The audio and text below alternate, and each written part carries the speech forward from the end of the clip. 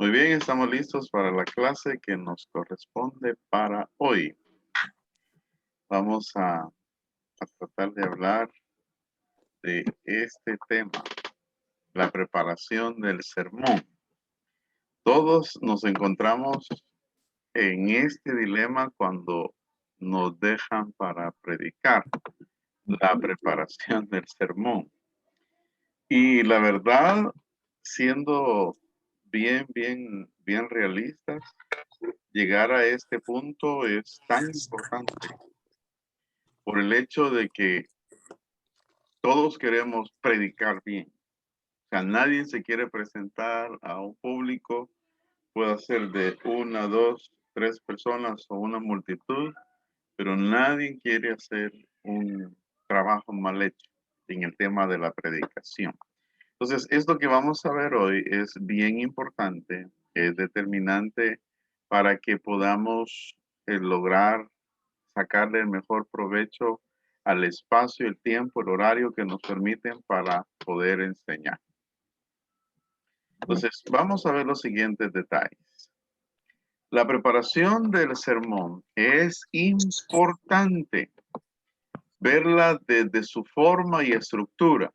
El valor espiritual del mensaje evangélico consiste en el contenido del sermón, pero los ojos de mucha gente, ni el plan homilético, ni la estructura, ni preparación importan, sino la habilidad del predicador para pronunciar dicho sermón. O sea, ¿qué vamos a entender hoy?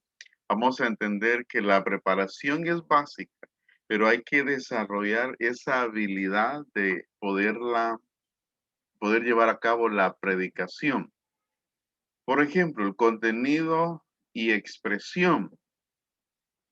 El predicador que quiere tener éxito y ser útil en la obra tiene que preparar muy bien sus mensajes, no solamente desde el punto de vista homilético, sino también en el de su expresión. Por eso es que algo que yo quiero desde ahí ir recomendando, prediquen tal y como ustedes son. A veces uno se siente identificado con un tipo de predicador y uno quisiera usar su forma, su carisma, y cuando queremos hacer eso terminamos fallando, porque la mejor forma de poder predicar es predicar tal y como nosotros somos, tal y como es nuestra personalidad.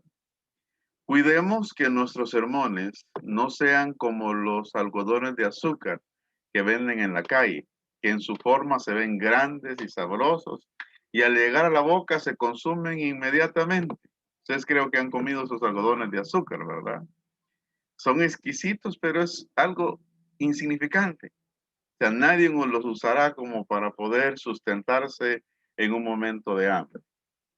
Los sermones deben de estar bien preparados, pero también deben de expresarse de manera sustanciosa. Cuando hablo de sustanciosa es que cuando nos toca que hablar de un tema, empapémonos todo lo posible del tema, que no precisamente todo lo que leamos en relación al tema lo tengamos en nuestro bosquejo, sino que lo tengamos en nuestra mente, para que en el desarrollo de nuestra exposición, nuestra predicación, podamos lograr tener de dónde echar mano. A eso le llaman algunos el bagaje. En la hermenéutica se le llama eso la masa homilética. ¿Por qué? Porque mucho contenido fue buscándose con el objetivo de poder delimitar o poder estructurar el bosquejo. Ahora, el predicador ideal es el que puede unir el contenido con la expresión, en el fondo con la forma, lo que llamaríamos el alma del sermón con su cuerpo, que es la forma de ser pronunciado. O sea, ¿qué tengo que decirles aquí yo? Es que ustedes tienen que aprender a escribir sermones, bosquejos, pueden escribirlos de tal manera que ustedes los puedan entender bien y que esas mismas notas que ustedes lograron establecer, esas le puedan servir. Las notas que nosotros hagamos, nuestro bosquejo, no tiene que ser un tropiezo o algo que nos tenga ahí rígidos a la hora de predicar, sino más bien tiene que ser algo que nos pueda servir como la guía y que lo sepamos manejar bien. Así como en el caso de las damas cuando van a hacer el súper, cuando van a comprar su despensa, si hacen unas notas así, a vuelo de pájaro, rápida, con el objetivo de saber qué es lo que falta en la casa, qué es lo que necesita. Y va a los diferentes estantes donde están los productos y sabe con una media mirada qué es lo que necesita a continuación poner en la carretilla. Eso es una idea para que nos podamos disfrutar y ser eficientes y ser de bendición, ser entendibles a la hora de predicar. El mayor peligro, la indolencia. Indolente es una persona que no se afecta o conmueve, un flojo o perezoso, insensible, que no siente dolor. En el caso del predicador, la tendencia dominante en nuestro tiempo es de no dar suficiente tiempo a la preparación de los sermones. O sea, no mirar con seriedad el hecho de tener que sentarnos a investigar algo, a armar nuestras notas para poder presentarnos al público. Ese es mi punto de vista, lo que yo les voy a decir. Pero es una falta de respeto del predicador a su público llegar y estar armando una idea en el aire durante el tiempo que le dieron para exponer la palabra. Estar improvisando. Esa es indolencia. Los sermones no deben de prepararse con excesiva prisa, porque las ideas no serán las adecuadas. Entonces, ¿qué quiere decir eso? Y eso yo quisiera que les quedara de todo corazón en el corazón, que no miremos como algo superficial, algo pasajero, y no tengamos siempre esa excusa de que no me dio tiempo, yo quise, pero Dios sabe que tuve el tiempo muy limitado. Voy a decir algo fuerte, pero es la verdad. Si no somos capaces para poder prepararnos para exponer la palabra, no deberíamos hacerlo. Nadie debería de estar predicándole al pueblo santo de Dios, a la novia de Cristo, sin tener un tiempo suficiente para prepararse. Hermano, pero si yo no tengo tiempo, es importante entender y tener claras nuestras prioridades para eso, porque es algo muy sagrado el hecho de predicar y no lo podemos ver así a la ligera. Bueno, hay dos peligros. Pastores excesivamente ocupados por ministrar iglesias grandes y privilegios dentro de la denominación. Esto les absorbe el tiempo y sin darse cuenta llega el día de la predicación y todo tiene que hacerse con rapidez.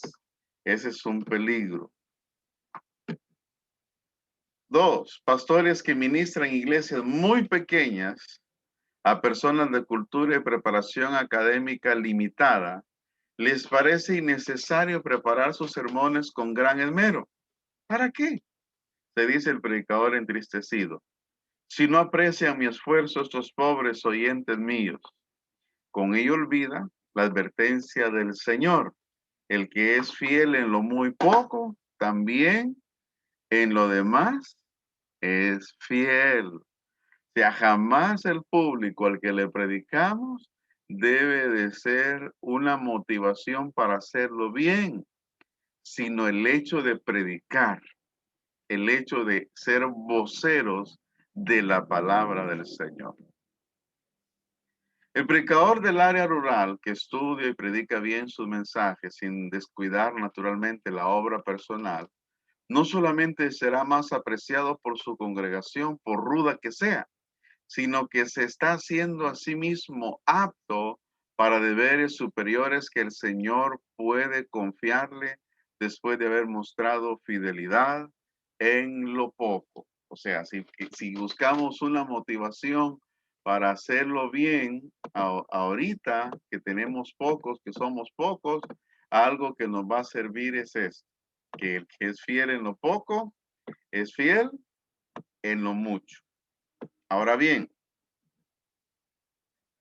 veremos 4 métodos de predicación. 4 métodos de predicación. Hay 4 maneras de predicar un sermón, cada una de las cuales tiene sus ventajas y desventajas. Yo quiero, de hecho, voy a darles una gran noticia ahorita.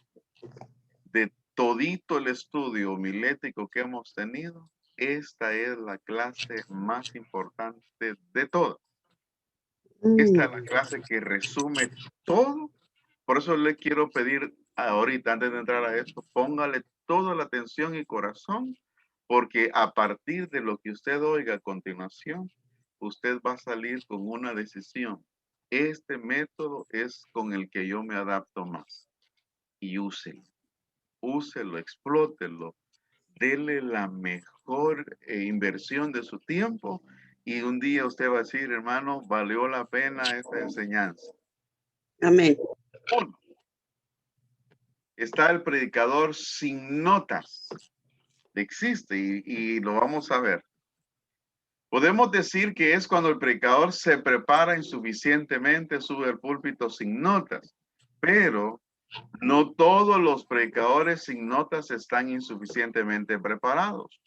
Algunos predicadores de privilegiada memoria pueden predicar sin notas sermones homiléticos y sustanciosos debido a la admirada preparación que han hecho del tema por días y semanas.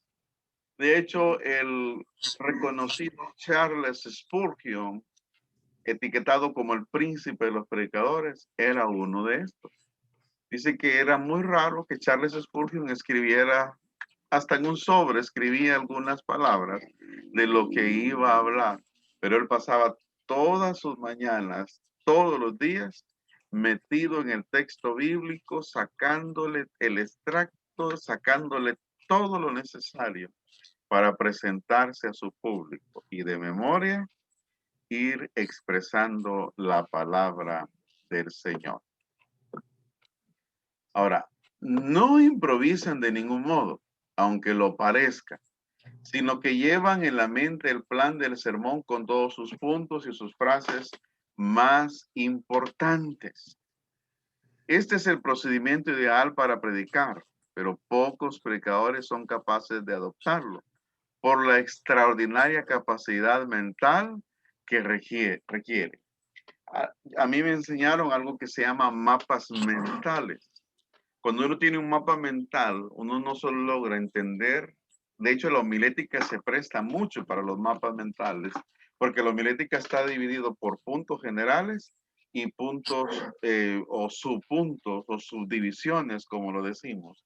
Entonces uno puede armar un mapa mental de un texto bíblico y acuñar a una frase ese punto y de ahí comenzar a explicar. Uno puede explicar bien todo un tema cuando uno logra desarrollar esta habilidad. 2, memorización del discurso. Son predicadores dotados de buena memoria, pero faltos del valor y habilidad que requiere el método anterior. Han adoptado el sistema de aprender el sermón de memoria. Este es diferente. El que predica sin notas desarrolla las ideas y las explica de acuerdo a la información que tiene en su cabeza. Pero este no, aunque tenga el predicador buena memoria, no está del todo libre, sino encadenado al discurso memorizado y la congregación puede darse cuenta de ello.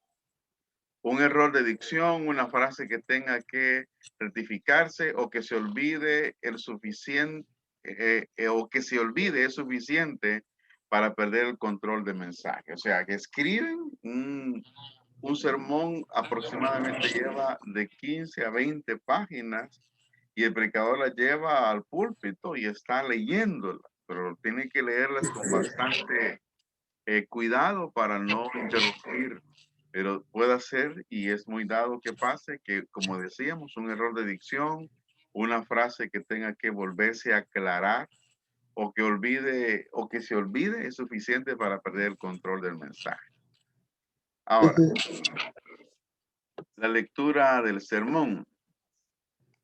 Parece raro, pero hay predicadores que han alcanzado fama predicando sermones leídos. Es el procedimiento eficaz para predicar unos sermones gramaticalmente perfectos y ricos en contenido. Ventajas que no tienen los dos métodos anteriores. La forma de leer es la que hace la diferencia, para bien o para mal, en este tipo de métodos. Si el predicador tiene una habilidad para leer, puede lograr tener un efecto leyendo el sermón. El método de llevar todo el sermón escrito al púlpito no es recomendable en todas las ocasiones por las siguientes razones. El método se depende totalmente del manuscrito y se confía en él. El temor de apartarse de la perfección gramatical del escrito le impide lanzarse a expresar ideas sugeridos en el mismo momento de la predicación. O sea, aquí es donde le voy a aclarar algo. Muchos mensajes están siendo iluminados durante se están desarrollando, pero cuando se hace en lectura, la verdad, aunque le venga una gran idea, está limitado a solo decir lo que está escrito. No permite tener la vista en el auditorio. El auditorio casi que solo está escuchando. Luego está la predicación por bosquejo. Esa es la que nosotros más usamos, ¿verdad? La mayoría de los predicadores usan este método porque reúne las ventajas de los tres anteriores sin caer en sus inconvenientes. O sea, en esta tercera forma tenemos los tres, en esta cuarta forma, ¿verdad? Tenemos los tres anteriores incluidos. No requiere tanto esfuerzo nervioso y mental en el púlpito, ni corre tanto peligro de monotonía como el anterior, sino que este permite conectar con la gente, permite ir estando al pendiente de las notas y permite expresar durante la predicación algún pensamiento o algo que haya recordado de lo que estudió al respecto. Estas notas son un recordatorio, un gran auxilio para la memoria. No impone ninguna barrera al predicador como ocurre en el sermón escrito, palabra por palabra. Las notas pueden verse discretamente y el público casi ni se dará cuenta. Una sola frase nos recuerda lo que estamos hablando. Máximo, porque de hecho así debería ser, que nosotros hayamos escrito esas notas. Muy bien. Vamos a la práctica entonces, porque la idea es ser práctico. ¿En qué consiste la práctica? Le voy a dar de 3 a 5 minutos a cada una y va a predicarnos aquí en vivo y a todo color su último mensaje que haya dado. El último mensaje que usted haya predicado. Así que si no esperaba este susto, aquí está. Y yo les voy a escuchar. De hecho, es mi deseo que podamos sacarle provecho y quiero les voy a dar, por eso es que la clase, usted se da cuenta, fuimos rápido, porque necesito que se tome unos 10 minutos para repasar, recordar qué predicó de último, y luego le voy a dar un espacio a cada uno para que pueda exponer la palabra aquí. ¿Cómo la ve? No se me vayan a ir, porque esto es importante que lo hagamos. Y usted me va a predicar como usted predica. No necesita impresionarme en nada. No. Yo quiero que sea usted misma, porque eso es muy básico para el éxito de la predicación. Que usted sea usted mismo. Amén. Estoy grabando la sesión, la voy a pausar para que trabaje. Muy bien, siguiendo aquí la clase, vamos entonces a proceder a escuchar una disertación de la palabra y en este momento, pues, hermana Abigail será la primera que nos va a exponer la palabra. Amén. Dios les bendiga. Sí, voy a traer el tema en Mateo 14:22. Yo le puse por título No pierdas el enfoque. Y el versículo vamos a leer del 14, Mateo 14:22. Amén. Y dice así la palabra del Señor. Enseguida Jesús hizo a sus discípulos entrar en la barca e ir delante de él a la otra ribera.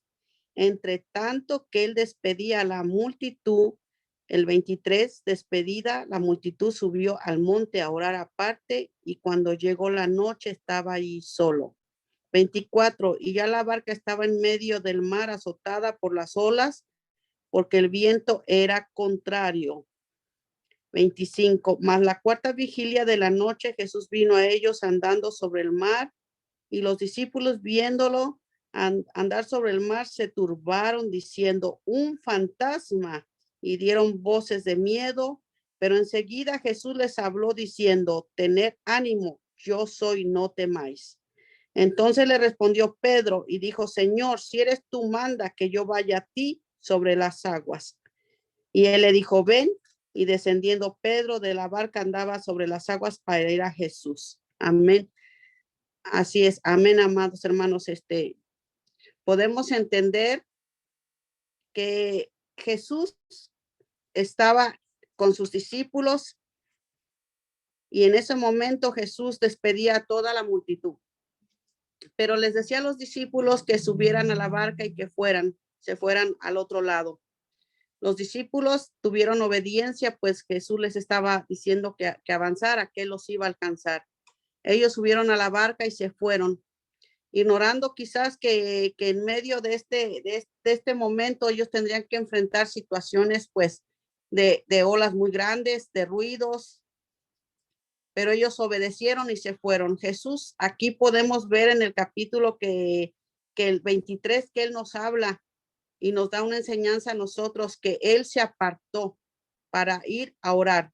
Dice el capítulo 23 que ya despedida la multitud subió al monte a orar aparte y cuando llegó la noche estaba allí solo. Jesús nos muestra que él tenía que tener un tiempo apartado para su Señor, para su Dios, para su Padre. Es importante que nosotros hoy en día también podamos tener esa soledad en un momento de nuestra vida y guardemos un tiempo para platicar, para hablar con él y dejarnos guiar por él. Entonces aquí podemos ver que a través de la oración nosotros podemos ser capacitados y podemos ser llevados a otro nivel para poder entender las cosas que Dios nos quiere hablar. Aquí podemos mirar que nuestro Padre, él nos guía a toda verdad.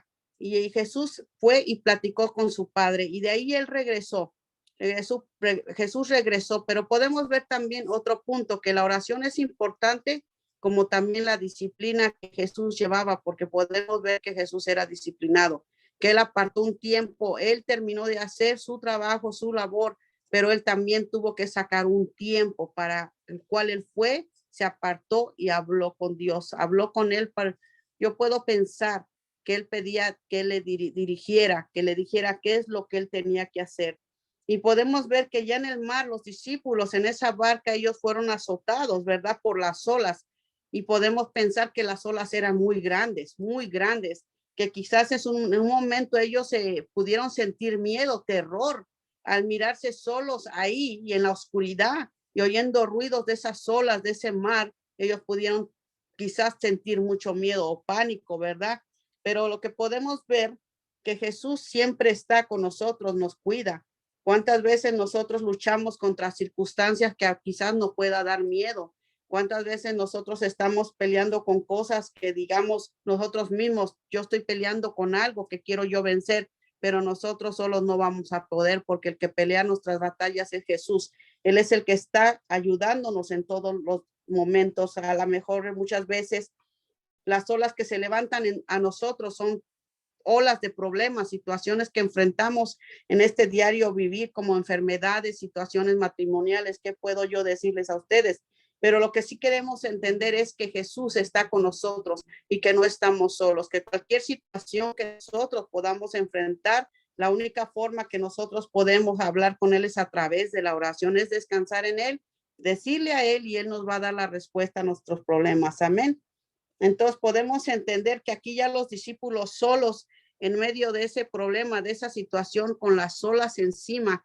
Yo creo que a veces yo así me he sentido también, o nos hemos sentido a veces, que las olas son muy grandes, que a veces que el mar se nos viene encima, a veces que nos estamos ahogando en ciertas circunstancias o situaciones, y quizás en esos momentos los discípulos así se encontraban, ¿verdad?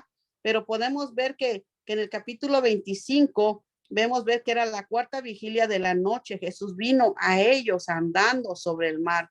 Jesús vino a ellos porque Jesús siempre llega a tiempo. Él siempre viene, porque ya podemos entender que los discípulos ya no estaban en tierra firme. Ellos ya estaban dentro del mar, por eso ellos tenían miedo. Pero Jesús viene caminando sobre el mar, viene caminando a buscarlos a ellos, a encontrarse con ellos. Y podemos ver que en el capítulo 26 dice, viéndolo andar sobre el mar, se turbaron, diciendo, un fantasma, un fantasma. Pero enseguida y dieron voces de miedo, pero enseguida Jesús les habló diciendo, tened ánimo, yo soy, no temáis. Tened ánimo, yo soy, no temáis. Ahora en día, quizás en estos momentos que vivimos tan difíciles, podemos decir que Jesús no nos habla, que Jesús no está con nosotros, que el Señor no está con nosotros, que estamos solos, que estamos desamparados, pero no. El Señor nos habla en esta hora y nos dice, tener ánimo, yo soy, no temáis. Tener ánimo, no, yo soy, no temáis. Entonces aquí el Señor nos está hablando, y entonces le respondió Pedro y dijo, Señor, si eres tú, manda que yo vaya a ti sobre las aguas. De 12 hombres, de 12 discípulos, solo uno tuvo la valentía de decir y reconocer que era el Señor, que el Señor era el que estaba ahí, y que el Señor es el que le iba a ayudar y que lo iba a hacer caminar sobre las aguas. Y el Señor le dijo, ven.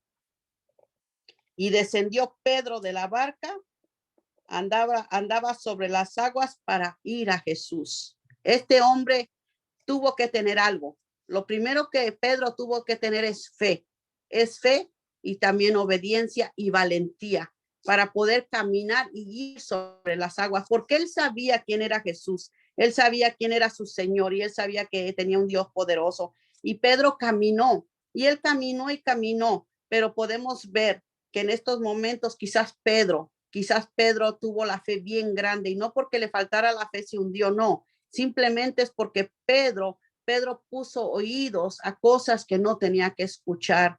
Pedro puso la mirada en cosas que no tenía que mirar. Y hoy en día las noticias, todo lo que podemos escuchar, a veces todas las noticias son trágicas. Lo que estamos viviendo en las naciones, todo lo que está pasando, nos puede hacer desistir de nuestra fe. Podemos menguar quizás por el dolor, por lo que vemos, porque no entendemos. Pero Pedro, podemos mirar que él tuvo fe y él caminó. Pero aquí hubo un problema cuando Pedro se desenfocó de realmente quién era Jesús y puso la mirada en las cosas que no tenía ponerla, y sus oídos. Entonces el enfoque ya no estaba en Cristo Jesús, sino ya estaba en los problemas y las situaciones que él vivió. ¿Y qué pasa aquí? Que las olas vinieron sobre él, entonces Pedro se hundió. Pero lo que podemos ver que Jesús siempre llega a tiempo. Jesús siempre va a llegar a tiempo, nunca va a llegar después, siempre va a llegar, porque sabe, nosotros tenemos a Jesús. Jesús es nuestro Salvador. Jesús es alguien que siempre está con nosotros, y Jesús no nos va a dejar solos. Por eso él siempre, él ha salvado al mundo, y él es el Salvador. Jesús nos confirma una vez más que él es nuestro Salvador y que no nos va a dejar. Por eso podemos ver, amada iglesia, estar tranquilos y confiando que Jesús no nos va a soltar de su mano, y que él nos va a salvar de todo lo que estemos viviendo. Entonces Pedro le respondió a Jesús, Señor, si eres tú, manda que yo vaya sobre las aguas. Y él caminó y fue sobre las aguas. Hoy en día nosotros tenemos que también saber y decirle, Señor, ayúdanos. Señor, queremos hacer esto. Señor, tú quieres que lo hagamos, queremos caminar, pero tenemos que tener fe y ser valientes para poder llegar a donde tenemos que llegar. Entonces podemos ver que Pedro caminó y Jesús le dijo, ven. Y Pedro bajó de la barca y caminó y fue a Jesús. Pero podemos ver que el fuerte viento que azotaba en esos momentos, como les acabo yo de explicar y decir, hay momentos que los vientos son contrarios a nosotros, que quisiéramos que todo estuviera bien, pero todos los problemas y circunstancias nos hace muchas veces que perdamos la fe quizás o que dudemos, ¿verdad? Pero aquí podemos ver claramente cómo podemos poner el enfoque y la mirada en Cristo Jesús y saber que si perdemos el enfoque, entonces nos vamos a hundir. Pero aunque pasara que nos hundiéramos, Jesús viene y nos rescata y nos lleva a tierra firme. Ahí estaremos más seguros. Pero son cosas que tenemos que experimentar y pasar para poder entender lo que Dios tiene para nosotros. Por eso ustedes, amada iglesia, tienen que tener el enfoque, no el enfoque en las cosas del mundo, no el enfoque en las cosas que están pasando, sino pongamos nuestra mirada en el consumador de la fe, que es Cristo Jesús, y solamente enfocarnos en Él y sigamos adelante porque Él está con nosotros y Él no nos va a abandonar. Su mirada siempre, todo momento debe estar en Cristo Jesús, porque Él es el que nos va a ayudar y esas aguas Él las va a calmar, esa tempestad Él la va a calmar, pero sobre todo Él nos va a llevar a tierra firme y estaremos seguros. Hasta aquí mi tiempo, pastor. Muy bien, muy bien. Nerviosa, muy nerviosa, muy nerviosa. Ay, Dios. Excelente. Eso es lo que se necesita. Se le llama naturalidad. La Amén. mejor forma como Dios a mí me puede usar es tal y como soy. Yo no tengo que imitar a nadie. No. Muy bien, hermana Abigail, excelente Gracias. intervención. Hermana Gracias. Patti, el tiempo y el espacio suyo. Padre Celestial. Bendíganos con la palabra. Bueno, ¿cómo empiezo, Padre Eterno? Como usted lo hace. Bueno, Dios les bendiga en esta hora. Amén. Que sea Dios llenándonos de su gracia, de su poder, de su misericordia en esta hora preciosa. Yo quiero hablarles sobre la historia de Noemí. Y vamos a hablar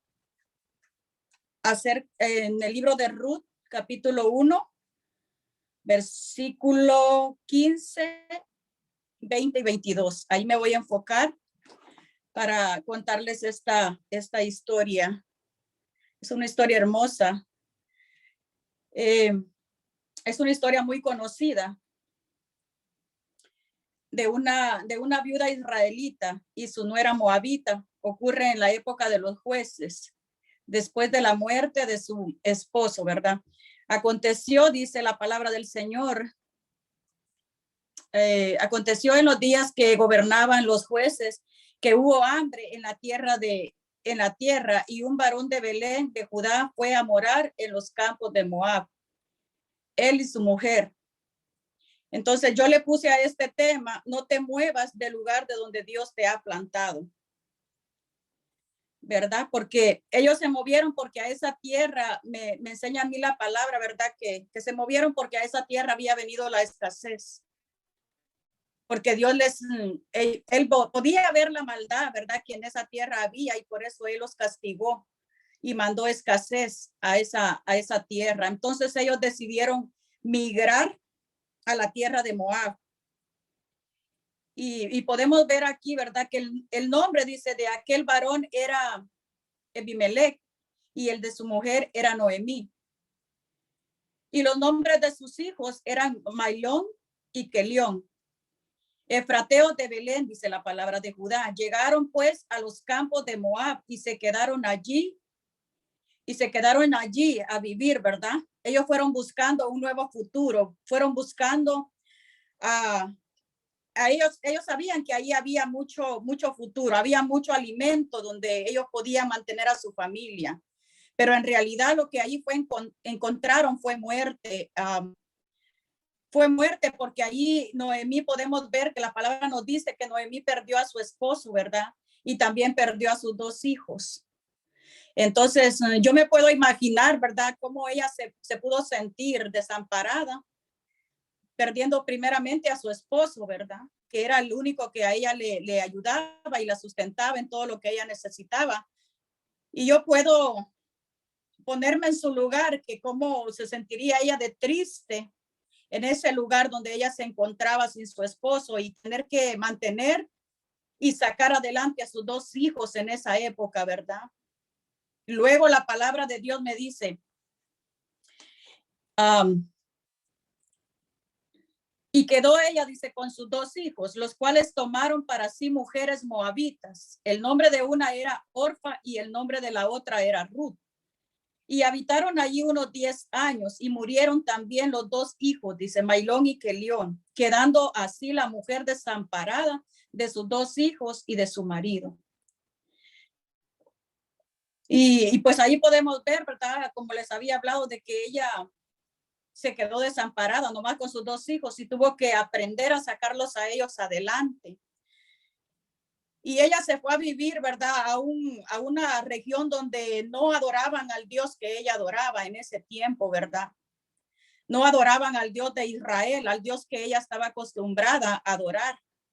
Aquella región tenía dioses paganos, dioses que no eran agradables, ¿verdad? Ante los ojos del Dios Todopoderoso, al Dios que nosotros le servimos. Entonces, después ella, que se quedó viuda, decide volver porque ella escuchó que ya a la tierra de Judá había llegado abundancia, ya Dios se había apiadado de ese lugar y había mandado la abundancia a esa región de nuevo. Ella decide volver, pero ella se encuentra en un dilema, ¿verdad? De decirles a sus nueras que ellas volvieran, ¿verdad? A donde sus padres, que ellas se regresaran con sus padres, porque ella no quería que ellas fueran con ella a aquel lugar, pues ellas adoraban dioses que no eran dioses paganos. Pero ahí vemos, y me agrada la idea de Ruth, ¿verdad? Que le decide irse con ella a aquel lugar. Y eso a mí me enseña que aunque nosotros ya hayamos aceptado, ¿verdad? Las cosas y del Dios verdadero, a veces tenemos cosas que nos regresan a nuestras antiguas formas de vida, a los dioses paganos que antes adorábamos. O sea, no podemos ver, porque allí una de ellas regresa, ¿verdad? Regresa con sus padres. Ella no decide irse con Noemí a la tierra que Dios había mandado ya la abundancia, ¿verdad? Ella decide volver a la tierra, al lugar de donde ella había salido con sus padres, y pues adorar imágenes que no agradaban al pueblo de Israel. Y allí Noemí le dice a sus 2 nueras, dice, andad, volveos cada una a la casa de su madre. Jehová haga con vosotras misericordia, como la habéis hecho con los muertos, dice, y conmigo. Os conceda Jehová que halléis descanso, cada una en casa de su marido. Luego las besó y ellas alzaron su voz, dice, y lloraron. Y le dijeron, ciertamente nosotras iremos contigo a tu pueblo. Y Noemí respondió, volveos, hijas mías, para que habéis de ir conmigo. Dice, tengo yo más hijos en el vientre, dice, que puedan ser vuestros maridos. Volveos, hijas mías, e idos, porque yo ya soy vieja, dice, para tener marido. Y aunque dijese esperanza tengo, y esta esperanza tengo, dice, y esta noche, dice, estuviese con marido, dice, aún diese a luz hijos, dice, ¿había vosotras de esperarnos? O sea, ahí podemos ver, ¿verdad? Que ella le decía que se regresaran allá con sus padres, porque ya no había esperanza. Ella ya no podía tener más hijos para que ellos pudieran ser sus esposos y ellas pudieran estar allí esperanzadas a que ella pudiera volverles a dar algo para que ellas estuvieran allí. Pero vemos cómo Ruth decide y la acompaña de regreso a aquel lugar donde había abundancia. A pesar de que Ruth estaba acostumbrada, ¿verdad?, a dioses paganos, a adorar dioses que no eran a los que a ella le habían enseñado, ¿verdad? Ella decide irse con ella y me encanta porque le dice Ruth, ¿verdad? Deciden volver, dice, a la ciudad conmovió por causa de ella, dice. La ciudad se conmovió por causa de ella, dice. Y decían, ¿no es esta Noemí? Y ella les respondía, no me llaméis Noemí, sino llamadme Mara, porque en grande amargura me ha puesto el Todopoderoso.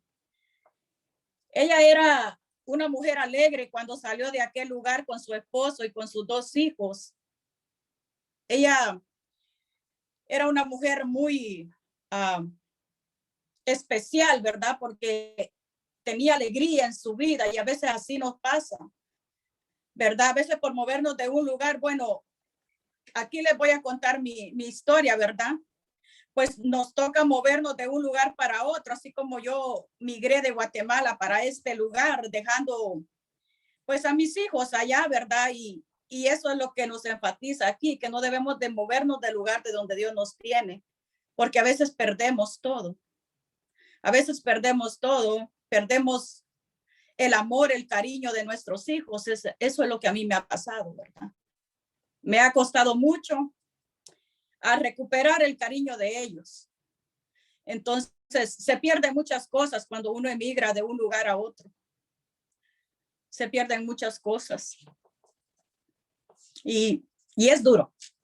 Es duro. Entonces yo, en esta historia, yo veo cómo ella, pues le llegó la amargura, ¿verdad? De haber perdido a su esposo, a sus 2 hijos. Ella vivía en amargura. Ya no era la muchacha alegre que había salido de aquel país.